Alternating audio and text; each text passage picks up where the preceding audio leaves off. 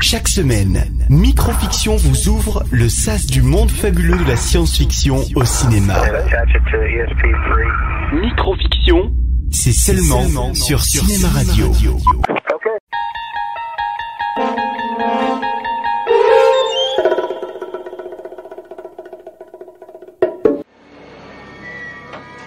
« 1977, Rencontre du troisième type » est un film écrit et réalisé par Steven Spielberg. Exactement. C'est l'escadrille 19. Et alors? Ils étaient partis en mission depuis la base aéronavale de Fort Lauderdale.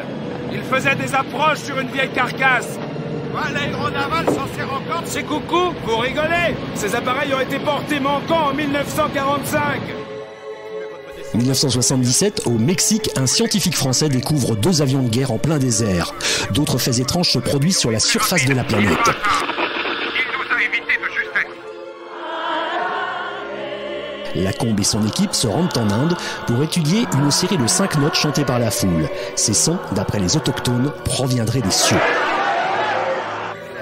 Rapidement, des ovnis sont repérés au-dessus de l'Indiana aux États-Unis. Roy Neary, un réparateur de câbles, délaisse sa famille pour aller réparer les lignes à haute tension sur une nationale. Il fait subitement l'expérience d'une rencontre rapprochée avec un ovni qui émet une vive lumière, brûlant un côté de son visage.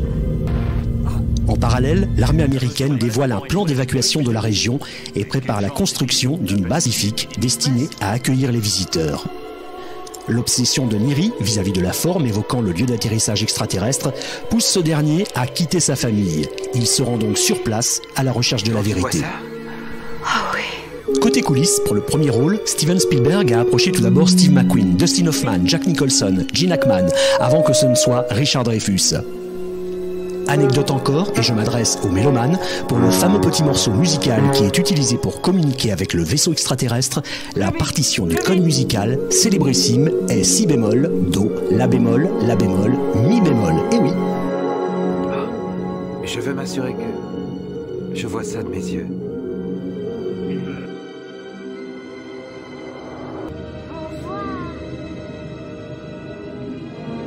Enfin, pour conclure, sachez qu'à la fin du film, quand le vaisseau mère commence à faire son apparition, on voit clairement R2-D2, le petit robot de Star Wars, qui est accroché sur la coque. Étonnant.